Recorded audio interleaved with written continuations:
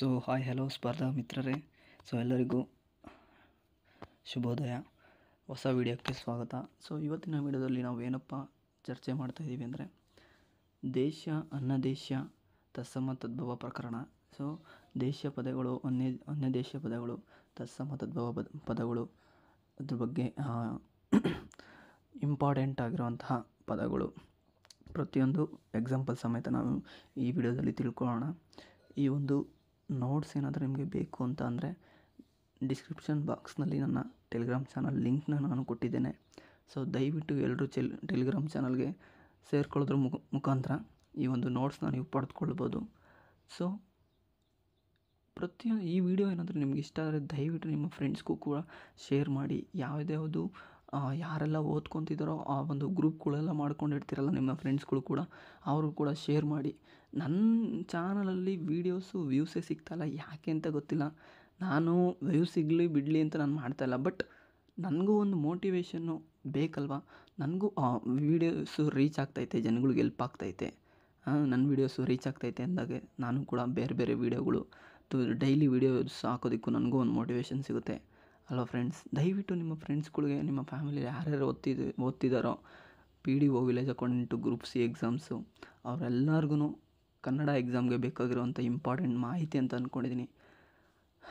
ಈ ಒಂದು ನೋಟ್ಸ್ ಆದರೂ ತುಂಬ ಇಂಪಾರ್ಟೆಂಟ್ ಆಗಿರುತ್ತೆ. ದಯವಿಟ್ಟು ಈ ಒಂದು ವಿಡಿಯೋನ ನೀವು ಯಾರ್ಯಾರು ನೋಡ್ತಾ ಇದ್ದೀರಾ ಶೇರ್ ಮಾಡಿ ಅಂತ ಹೇಳ್ತಾ, ನನ್ನ ಚಾನಲ್ಗಿನ್ನೂ ಯಾರ್ಯಾರೆಲ್ಲ ಸಬ್ಸ್ಕ್ರೈಬ್ ಆಗಿಲ್ಲ ದಯವಿಟ್ಟು ಚಾನಲ್ಗೆ ಸಬ್ಸ್ಕ್ರೈಬ್ ಆಗಿ ನಿಮ್ಮ ಫ್ರೆಂಡ್ಸ್ನೂ ಕೂಡ ಈ ವಿಡಿಯೋ ಶೇರ್ ಮಾಡಿ. ಈ ವಿಡಿಯೋಗೆ ಆದಷ್ಟು ಹೆಚ್ಚು ಲೈಕ್ಸ್ ಮತ್ತು ವ್ಯೂಸ್ ಬಂದೇ ಬರುತ್ತೆ ಅಂತ ನಾನು ನಂಬಿದ್ದೀನಿ. ಬನ್ನಿ ಫ್ರೆಂಡ್ಸ್, ಈ ಒಂದು ದೇಶ ಅನ್ಯದೇಶ ತತ್ಸಮ ತದ್ಭವ ಪದಗಳ ಬಗ್ಗೆ ನಾವು ಇವತ್ತು ತಿಳ್ಕೊಳ್ಳೋಣ. ಈ ಒಂದು ನೋಟ್ಸ್ಗಳ ಬಗ್ಗೆ ತತ್ಸಮ ತದ್ಭವಗಳು SSLCವರೆಗೂ ಯಾವ್ಯಾವ ಕನ್ನಡ ಟೆಕ್ಸ್ಟ್ ಬುಕ್ಕಲ್ಲಿರುವಂತಹ ಪ್ರತಿಯೊಂದು ತತ್ಸಮ ತದ್ಭವಗಳು ನನ್ನ ಟೆಲಿಗ್ರಾಮ್ ಚಾನಲಲ್ಲಿ ಅಪ್ಲೋಡ್ ಆಗಿದೆ. ದಯವಿಟ್ಟು ನೀವು ಟೆಲಿಗ್ರಾಮ್ ಚಾನಲ್ಗೆ ಸೇರ್ಕೊಳ್ಳೋದ್ರ ಮುಖಾಂತರ ನೋಡ್ಬೋದು.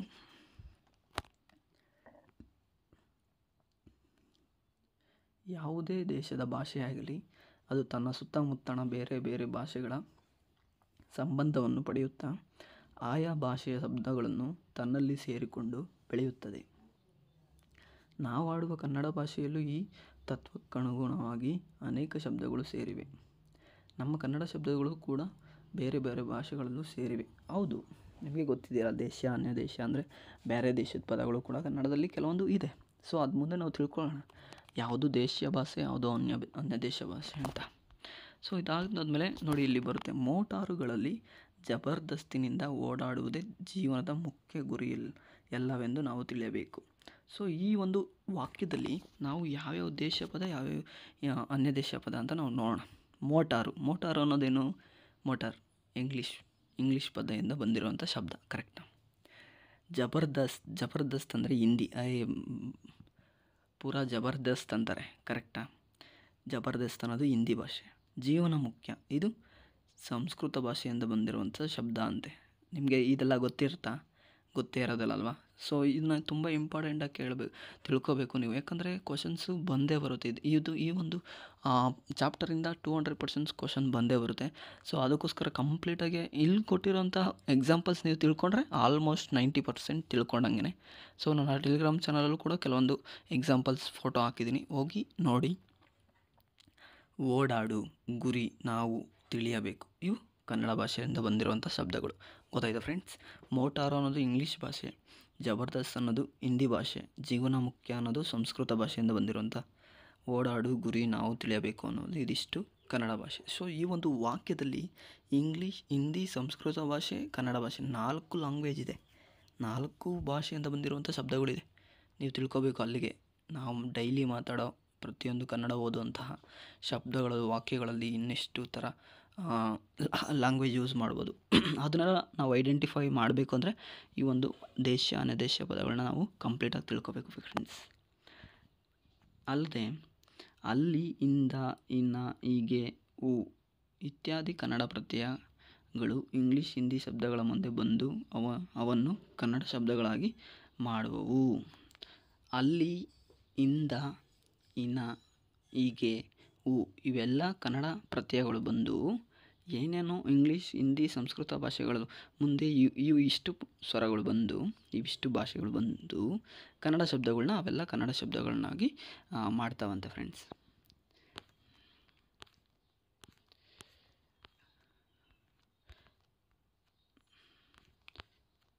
ದೇಶ ಪದಗಳು ಎಂದರೇನು? ದೇಶ ಶಬ್ದಗಳು ಅಂದ್ರೇನು? ಅಚ್ಚಗನ್ನಡ ಶಬ್ದಗಳನ್ನು ದೇಶ ಶಬ್ದಗಳನ್ನುತ್ತೇವೆ. ಸೊ ಅಚ್ಚ ಕನ್ನಡದಲ್ಲಿ ಬರುವಂಥ ಶಬ್ದಗಳನ್ನ ದೇಶ ಅಂತ ಕರಿತೇವೆ. ನೆನಪಿಕೊಳ್ಳಿ ಫ್ರೆಂಡ್ಸ್, ಅಚ್ಚ ಕನ್ನಡ ಒಂದು ದೇಶ. ಉಳಿದವುಗಳನ್ನು ಅನ್ಯ ದೇಶ ಪದಗಳನ್ನು ಕರಿತೇವೆ.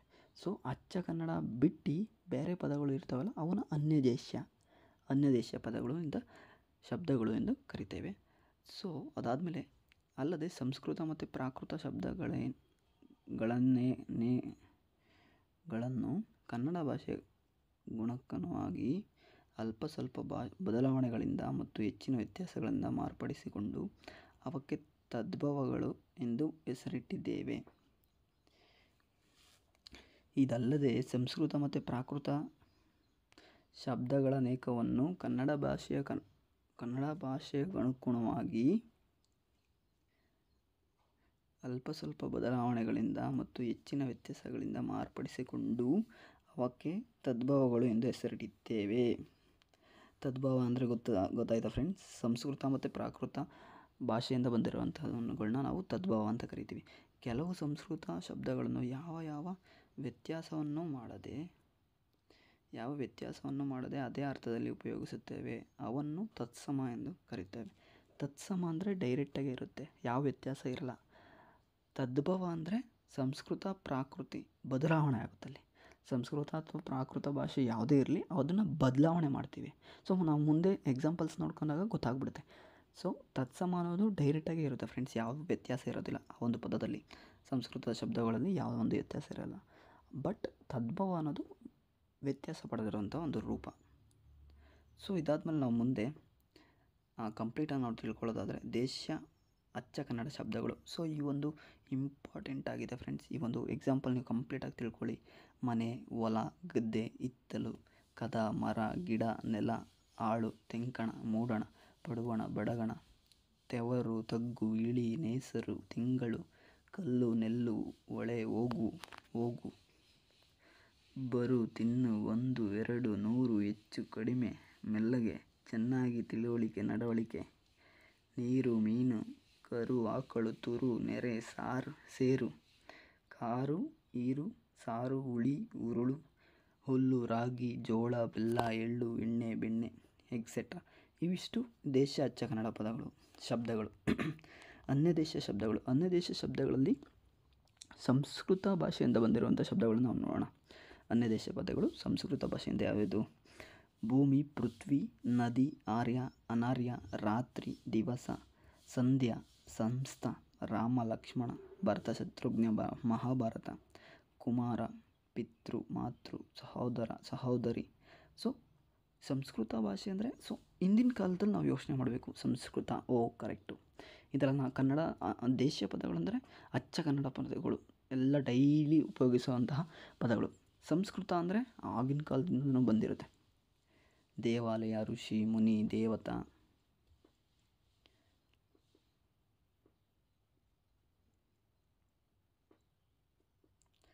ಸೊ ಇದಾದಮೇಲೆ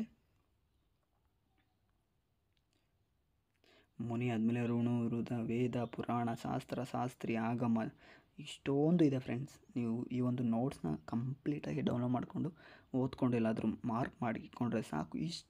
ಇಷ್ಟು ನೀವು ತಿಳ್ಕೊಂಡ್ರೆ ಈ ಒಂದು ಚಾಪ್ಟರ್ ಕಂಪ್ಲೀಟಾಗಿ ತಿಳ್ಕೊಂಡಿದ್ದೀರ ಅಂತ. ಇಷ್ಟು ಎಕ್ಸಾಂಪಲಿಂದನೇ ಕೊಡೋದು, ಇದ್ರ ಮೇಲೆ ಇನ್ನೇನು ಕೇಳೋದಿಲ್ಲ. ಇಷ್ಟು ಎಕ್ಸಾಂಪಲ್ಸ್ನ ನೀವು ಓದ್ಕೊಂಡ್ರೆ ಮುಗೀತು ಫ್ರೆಂಡ್ಸ್. ಈ ಒಂದು ಚಾಪ್ಟರ್ ಕನ್ನಡ ಪೇಪರ್ಗೆ ಕಂಪ್ಲೀಟಾಗಿ ಅರ್ಥ ಮಾಡ್ಕೊಂಡಿದ್ದೀರಾ ಅಂತ ಅರ್ಥ. ದ್ರೌಪದಿ, ಧೃತರಾಷ್ಟ್ರ, ಕಾವೇರಿ, ಕೃಷ್ಣ, ಮಹೇಶ, ಈಶ್ವರ, ನಶ್ವರ ಇತ್ಯಾದಿ. ಇಷ್ಟು ಎಕ್ಸಾಂಪಲ್ ಸಾಕು. ನೆಕ್ಸ್ಟು ಅನ್ಯ ದೇಶ ಪದಗಳಲ್ಲಿ 2ನೇ ಭಾಗ ಆಗಿರುವಂಥ ಈ ಹಿಂದೂಸ್ತಾನಿ ಭಾಷೆಯಿಂದ ಬಂದಿರುವಂಥ ಶಬ್ದಗಳು ನಾವು ನೋಡೋಣ. ಅನ್ಯ ದೇಶ ಪದಗಳು ಯಾವುದು? ಇದು ಅರ್ಜಿ, ಕಚೇರಿ, ತಯಾರ್, ಬದಲ್, ಕಾರ್ಖಾನೆ, ಕಾಶೇನುಮಾರ್, ಸರ್ಕಾರ, ರೈತ, ಜಮೀನು, ಕಾನೂನು, ಬದಲಾವಣೆ, ಗುಲಾಮ, ಸುಬೇದಾರ್, ತಬೇದಾರ್, ಹವಲ್ದಾರ್, ದಾಖಲ್, ದುಕಾನ್, ಅಮಲ್ದಾರ್, ಸವಾರ, ದವಾಖಾನೆ, ಕಾಗದ, ಬಂದೂಕು, ಹುಜೂರು, ಖಾವಂದ್, ಜನಾಬ್, ಮಹಲ್, ಕಿಲ್ಲ ಮುಂತಾದವುಗಳು. ಸೊ ಇವಿಷ್ಟು ಹಿಂದೂಸ್ತಾನಿ ಭಾಷೆಗಳು ಅಂತ ನಾವು ಹೇಳ್ಬೋದು. ಸೊ ಇಂಗ್ಲೀಷಿನಿಂದ ಕನ್ನಡಕ್ಕೆ ಬಂದು ಬಳಕೆಯಾಗುತ್ತಿರುವ ಶಬ್ದಗಳು ಇವು ಇಂಪಾರ್ಟೆಂಟ್ ಫ್ರೆಂಡ್ಸ್. ಈ ಒಂದು ಇಂಗ್ಲೀಷ್ ಪದನೇ ಜಾಸ್ತಿ ಕೇಳಿರೋದು, ಹಿಂದಿ ಪದನೂ ಕೂಡ ಜಾಸ್ತಿ ಕೇಳಿದ್ದಾರೆ. ಇಲ್ಲಿ ಅನ್ಯ ದೇಶ ಪದ ಯಾವುದು ಅಂತ ಕೇಳಿಬಿಡ್ತಾರೆ ಎಕ್ಸಾಂಪಲ್ ಕೊಟ್ಬಿಟ್ಟು. ನೀವು ಇದನ್ನು ಕೂಡ ತಿಳ್ಕೋಬೇಕು. ರೋಡ್, ರೈಲು, ಕೋರ್ಟು, ಬ್ಯಾಂಕು, ಚೆಕ್ಕು, ಚಲನು, ಲಾಯರು, ಪಿಟೀಲು, ಪೊಲೀಸು, ಪೋಸ್ಟು. ಪೊಲೀಸ್ ಅನ್ನೋದು ಯಾವ ಭಾಷೆಯಿಂದ ಬಂದಿರುವಂಥ ಪದ ಅಂತ ಹೇಳ್ಬಿಡ್ತಾರೆ. ಕನ್ನಡ ಪದನ, ದೇಶ ಪದನ, ಅನ್ಯ ದೇಶ ಪದನ ಟ್ವಿಸ್ಟ್ ಮಾಡಿ ಕ್ವಶನ್ ಕೇಳಿಬಿಡ್ತಾರೆ. ಸೊ ಎಕ್ಸಾಂಪಲ್ಸ್ ನೀವು ತಿಳ್ಕೊಳ್ಳಿ ಫ್ರೆಂಡ್ಸ್. ಕಂಪ್ಲೀಟಾಗಿ ಎಕ್ಸಾಂಪಲ್ಸ್ನ ಪ್ರತಿಯೊಂದು ಬಿಡದೆ ಇಷ್ಟು ನೀವು ತಿಳ್ಕೊಂಡ್ರೆ ಸಾಕು. Record, oxygen, cover, ticket, school, college, hotel, ಇಷ್ಟು ಇದೆ ನೋಡಿ friends. Marks, number, driver, LLB, honours, masters, lecturers, professor, appointment, government, coffee, tea, board, petrol, light, electric, doctor, plan, bread, bottle, sweet, switch, light, bulb, pen, pencil ಮುಂತಾದವುಗಳು. So ಇವಿಷ್ಟು English ಭಾಷೆಯಿಂದ ಬಂದಿರುವಂತಹ ರೂಪಾಂತರಗೊಂಡಿರುವಂಥ ಕನ್ನಡ ಅನ್ಯ ದೇಶ ಪದಗಳು. ಗೊತ್ತಾಯ್ತಾ ಫ್ರೆಂಡ್ಸ್? ಸೊ ನೆಕ್ಸ್ಟ್ ಪೋರ್ಚುಗೀಸಿಂದ ಬಂದಿರುವಂಥ ಪದಗಳು, ಇವು ಕೂಡ ಇಂಪಾರ್ಟೆಂಟ್. ಸಾಬೂನು ಅಂತ ಯಾವುದೋ ಒಂದು ಇಂದಿನ ಕ್ವಶನ್ ಪೇಪರಲ್ಲಿ ನಾವು ತೆಗೆದು ನೋಡಿದಾಗ ಈ ಒಂದು ಸಾಬೂನು ಮೇಲೆ ಕೇಳಿದರು. ಇದು ಯಾವುದು ಅನ್ಯ ದೇಶ ಪದನ ಅಥವಾ ದೇಶ ಪದನ, ಯಾವ ಭಾಷೆಯಿಂದ ಬಂದಿದೆ ಅಂತ ಕೇಳ್ತಾರೆ. ಅದಕ್ಕೆ ನಾವು ತಿಳ್ಕೊಳ್ಳೋಣ. 4 ಇರೋದು: ಅಲಮಾರು, ಸಾಬೂನು, ಪಾದ್ರಿ, ಮೇಜು. ಇದಿಷ್ಟು ಪೋರ್ಚುಗೀಸ್ ಭಾಷೆಯಿಂದ ಬಂದಿರುವಂಥ ಶಬ್ದಗಳು. ಸಂಸ್ಕೃತದಿಂದ ತಮ್ಮ ಮೂಲ ರೂಪವನ್ನು ವ್ಯತ್ಯಾಸ ಮಾಡಿಕೊಂಡು ಕನ್ನಡಕ್ಕೆ ಬಂದ ಶಬ್ದಗಳು. ಸಂಸ್ಕೃತದಿಂದ ಅದರ ಮೂಲ ರೂಪವನ್ನೇ ವ್ಯತ್ಯಾಸ ಮಾಡಿಕೊಂಡು ಕನ್ನಡಕ್ಕೆ ಬಂದಿರೋದು. ಸಂಸ್ಕೃತ ಪದಗಳು ನಾವು ಮುಂದೆ ಈಗಾಗಲೇ ನೋಡಿದ್ವಿ. ಅದನ್ನು ಬಿಟ್ಟು ಕನ್ನಡಕ್ಕೆ ಮೂಲ ವ್ಯತ್ಯಾಸನೇ ಬದಲಾವಣೆ ಮಾಡಿಕೊಂಡು ಬಂದಿರುವಂಥ ಅನ್ಯ ದೇಶ ಪದಗಳು ನಾವಿಲ್ಲಿ ನೋಡೋದಾದರೆ, ಇದರಲ್ಲಿ ಅಲ್ಪ ಸ್ವಲ್ಪ ಬದಲಾವಣೆ ಹೊಂದಿದ್ದವು, ಹೆಚ್ಚು ಬದಲಾವಣೆ ಹೊಂದಿದ್ದವು, 2 ಭಾಗ ಮಾಡಬಹುದು. ಓಕೆ ಫ್ರೆಂಡ್ಸ್, ಅಲ್ಪ ಸ್ವಲ್ಪ ಅಂದರೆ ಲೈಟಾಗಿ ಬದಲಾವಣೆ ಹೊಂದಿರೋದು ಮತ್ತು ಹೆಚ್ಚು ಫುಲ್ಲು ಚೇಂಜ್ ಆಗಿರೋ ಪದಗಳು ನಾವು ನೋಡ್ಬೋದು. ಅಲ್ಪ ಸ್ವಲ್ಪ ಬದಲಾವಣೆ ಹೊಂದಿದವು ಯಾವ್ಯಾವು ಅಂದರೆ ಸೀತೆ, ಲಕ್ಷ್ಮಿ, ಮಾಲೆ, ದೇವತೆ, ರಾಜ, ಮಹಾಯಶ, ಬೃಹತ್ತು, ಮಹತ್ತು, ವಿಪತ್ತು, ವಿಯತ್ತು, ಸರಿತ್ತು ಎಕ್ಸೆಟ್ರಾ. ಹೆಚ್ಚು ಬದಲಾವಣೆ ಹೊಂದಿ ಬಂದವುಗಳು ಯಾವ್ಯಾವು ಅಂದರೆ ಸಕ್ಕರೆ, ಸಾವಿರ, ಬಸವ, ಸಂತೆ, ಪಟಕ, ಸರ, ತಾಣ, ದೀವಿಗೆ, ಬತ್ತಿ, ಬಸತಿ, ನಿಚ್ಚ, ಕಜ್ಜ, ಅಂಚೆ, ಕಂತೆ, ಅಜ್ಜ, ಕವಳ. ಇವಿಷ್ಟು ನಾವು ಕನ್ನಡ ಪದಗಳು ಅಂತಲೇ ತಿಳ್ಕೊಬೇಕು ಫ್ರೆಂಡ್ಸ್. ಯಾಕಂದರೆ ಸಂಸ್ಕೃತಿಯಿಂದ ವ್ಯತ್ಯಾಸ ಬದಲಾಗಿ ಬಂದಿರುವಂಥದ್ದು. ವ್ಯತ್ಯಾಸದಲ್ಲಿ ಅಲ್ಪ ಸ್ವಲ್ಪ ಬದಲಾವಣೆ ಮತ್ತು ಪೂರ್ತಿ ಬದಲಾವಣೆ ಆಗಿರುವಂಥ ಪದಗಳು ಫ್ರೆಂಡ್ಸ್. ಸೊ ಇದಾದಮೇಲೆ ನೆಕ್ಸ್ಟ್ ಇಂಪಾರ್ಟೆಂಟ್ ಪಾಯಿಂಟ್ ಅಥವಾ ಇಂಪಾರ್ಟೆಂಟ್ ಟಾಪಿಕ್ ಬಂದು ತತ್ಸಮ ತದ್ಭವ ರೂಪಗಳು. ಈ ಒಂದು ತತ್ಸಮ ತದ್ಭವಗಳು ನಾನು ಹೈಸ್ಕೂಲ್ ಮತ್ತು ಪ್ರೈಮರಿ ಸ್ಕೂಲಲ್ಲಿ ಇರುವಂತಹ ಪ್ರತಿಯೊಂದು ಕನ್ನಡ ಚಾಪ್ಟರ್ ಹಿಂದೆ ತತ್ಸಮ ತದ್ಭವಗಳು ಇದೆ, ಅದು ನಿಮಗೆ ಗೊತ್ತು. ಈ ಒಂದು ನೋಟ್ಸ್ ನಿಮಗೆ ಈಸಿ ಆಗಲಿ ಅಂತ ನಾನು ಟೆಲಿಗ್ರಾಮ್ ಚಾನಲಲ್ಲಿ ಈಗಾಗಲೇ ಫೋಟೋನ ಹಾಕಿದ್ದೀನಿ. ಹೋಗಿ ದಯವಿಟ್ಟು ಡಿಸ್ಕ್ರಿಪ್ಷನ್ ಬಾಕ್ಸ್ನಲ್ಲಿರುವಂಥ ಟೆಲಿಗ್ರಾಮ್ ಚಾನಲ್ಗೆ ಹೋಗಿ ಜಾಯ್ನ್ ಆಗಿ ಆ ಒಂದು ನೋಟ್ಸ್ನ ನೀವು ಪಡೆದುಕೊಳ್ಳಬಹುದು ಫ್ರೆಂಡ್ಸ್. ತತ್ಸಮ ತದ್ಭವ ರೂಪಗಳು.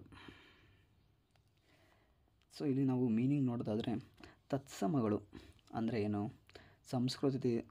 ಸಂಸ್ಕೃತದಿಂದ ವಿಕಾರ ಹೊಂದದೆ ಕನ್ನಡದಲ್ಲಿ ಬಳಸಲ್ಪಡುವ ಶಬ್ದಗಳೇ ತತ್ಸಮಗಳು. ಅಂದರೆ ಸಂಸ್ಕೃತದಿಂದ ಬಂದಿರುತ್ತವೆ, ಇವು ಯಾವುದೇ ಬದಲಾವಣೆ ಹೊಂದಿರದ ಪದಗಳು. ನಾನು ಮುಂಚೆನೇ ಹೇಳಿದೆ ಯಾವಾಗಲೇ, ಕರೆಕ್ಟಾ? ಸಂಸ್ಕೃತ ಪದಗಳೇ, ಬಟ್ ಯಾವುದೇ ಬದಲಾವಣೆ ಹೊಂದಿರಲ್ಲ, ಡೈರೆಕ್ಟ್ ಪದಗಳು. ಇವನ್ನ ತತ್ಸಮ ಅಂತಂತಾರೆ. ತತ್ ಅಂದರೆ ಅದಕ್ಕೆ, ಸಮ ಅಂದರೆ ಸಮನಾದದ್ದು, ತತ್ಸಮ ಅದಕ್ಕೆ ಸಮನಾದದ್ದು, ಕರೆಕ್ಟಾ? ಇಲ್ಲಿ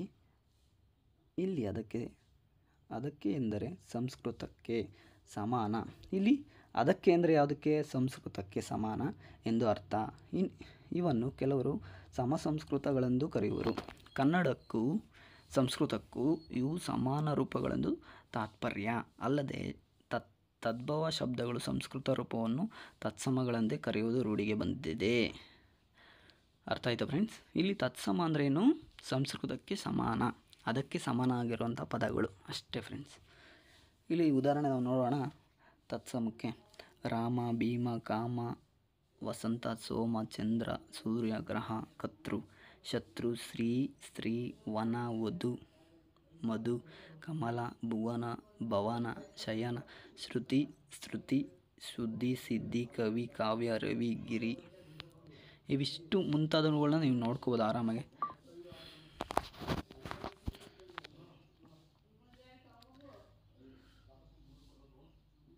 ಸೊ ಇಲ್ಲಿ ನೆಕ್ಸ್ಟ್ ನಾವು ಇಲ್ಲಿ ನೋಡ್ಬೋದು, ತತ್ಸಮ ಎಂದರೆ ಕನ್ನಡಕ್ಕೂ ಸಂಸ್ಕೃತಕ್ಕೂ ಸಮನಾದ ಶಬ್ದ ಎಂದು ಅರ್ಥ. ಸೊ ನಾವು ಈಗಾಗಲೇ ನೋಡಿದ್ದೇವೆ.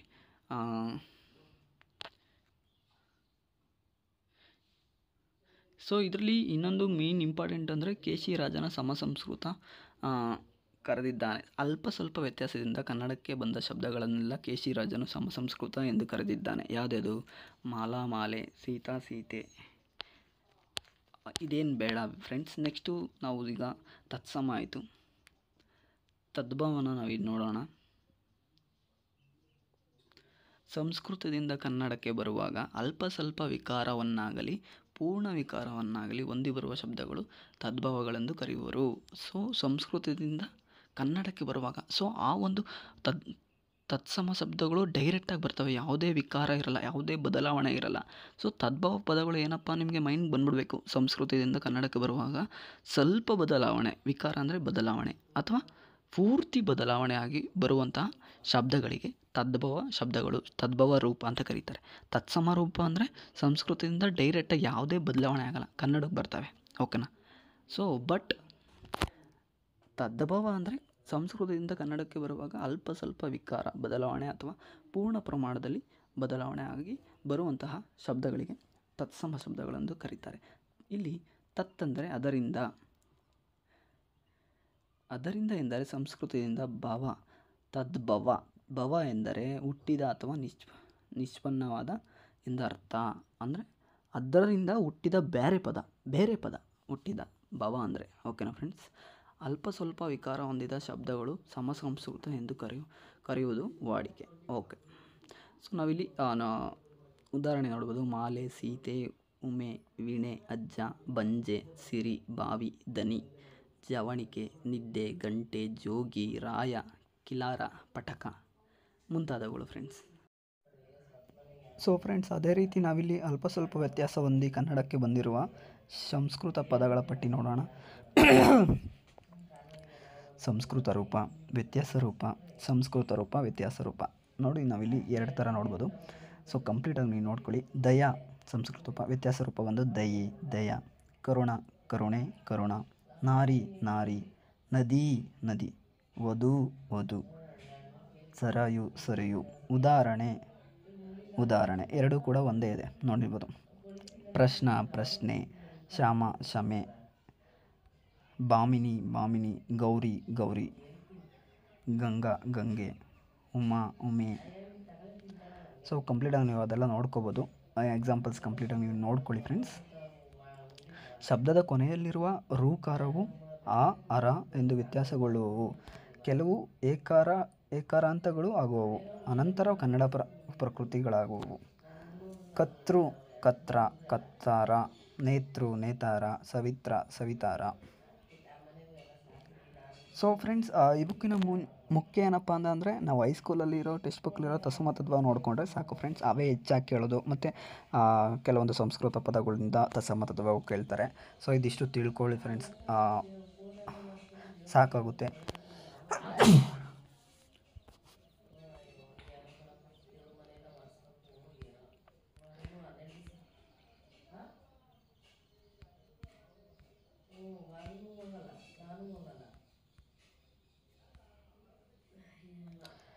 ಅದೇ ಸಂಸ್ಕೃತ ಭಾಷೆಯಲ್ಲಿ ಕಾಗಾರ, ಚಾಕಾರ, ಟಾಕಾರ, ತಾಕಾರ, ತಾಕಾರ, ತಾಕಾರ ಇವೆಲ್ಲವೂ ತತ್ಸಮ ತದ್ಭವಗಳಾಗಿವೆ ಫ್ರೆಂಡ್ಸ್.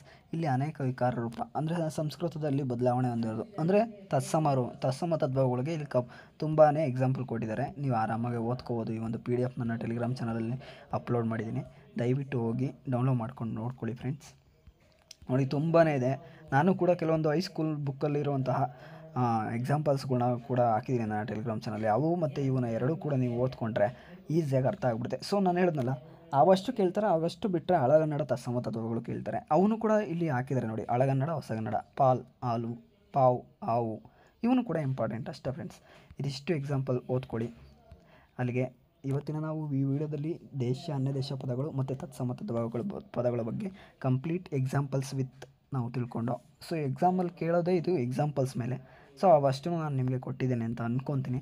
ಈ ವಿಡಿಯೋ ಯಾರೆಲ್ಲ ನೋಡ್ತಾ ಇದ್ದೀರಾ ಇಲ್ಲಿವರೆಗೂ, ಯಾರಿಗೆಲ್ಲ ಇಷ್ಟ ಆಗಿದೆ ದಯವಿಟ್ಟು ಈ ವಿಡಿಯೋಗೆ ಚಾನಲ್ಗೆ ಸಬ್ಸ್ಕ್ರೈಬ್ ಆಗಿ ಲೈಕ್ ಮಾಡಿ. ಸೊ ನನ್ನ ಈ ವಿಡಿಯೋಗೆ 100 ವ್ಯೂಸ್ ಬರಲೇಬೇಕು ಫ್ರೆಂಡ್ಸ್, ಅದಕ್ಕೋಸ್ಕರ ನಾನು ಕಾಯ್ತಾ ಇದ್ದೀನಿ. ಪ್ಲೀಸ್ ಅದೊಂದು ಮೋಟಿವೇಶನ್ ಆಗುತ್ತೆ ನನ್ನ ನೆಕ್ಸ್ಟ್ ವೀಡಿಯೋಗೆ, ಡೈಲಿ ವೀಡಿಯೋ ಮಾಡೋದಕ್ಕೆ. ಅದೊಂದು ಮಾಡಿಕೊಡಿ. ಅದೊಂದು ಮಾಡಬೇಕಂದ್ರೆ ನೀವು ಮಾಡಬೇಕಾಗಿರೋದು ಇಷ್ಟೇ ಕೆಲಸ. ಯಾರ್ಯಾರು ನಿಮ್ಮ friends PDO village accountant group C ಎಕ್ಸಾಮ್ಗೆ ಓದ್ತಾಯಿದ್ರು, ಕನ್ನಡ ಪೇಪರ್ಗೆ ಓದ್ತಾಯಿದ್ರು, ಅವ್ರಿಗೆ ಶೇರ್ ಮಾಡಿ ಫ್ರೆಂಡ್ಸ್ ಅಷ್ಟೇ. 100 ವ್ಯೂಸ್ ಕೊಡ್ತೀರಾ ಅಂತ ನಾನು ನಂಬಿಕೆ ಇದ್ದೀನಿ ನನ್ನ ಸಬ್ಸ್ಕ್ರೈಬರ್ಸ್ ಮೇಲೆ. ದಯವಿಟ್ಟು ಓದಿ ಶೇರ್ ಮಾಡಿ. Thank you friends.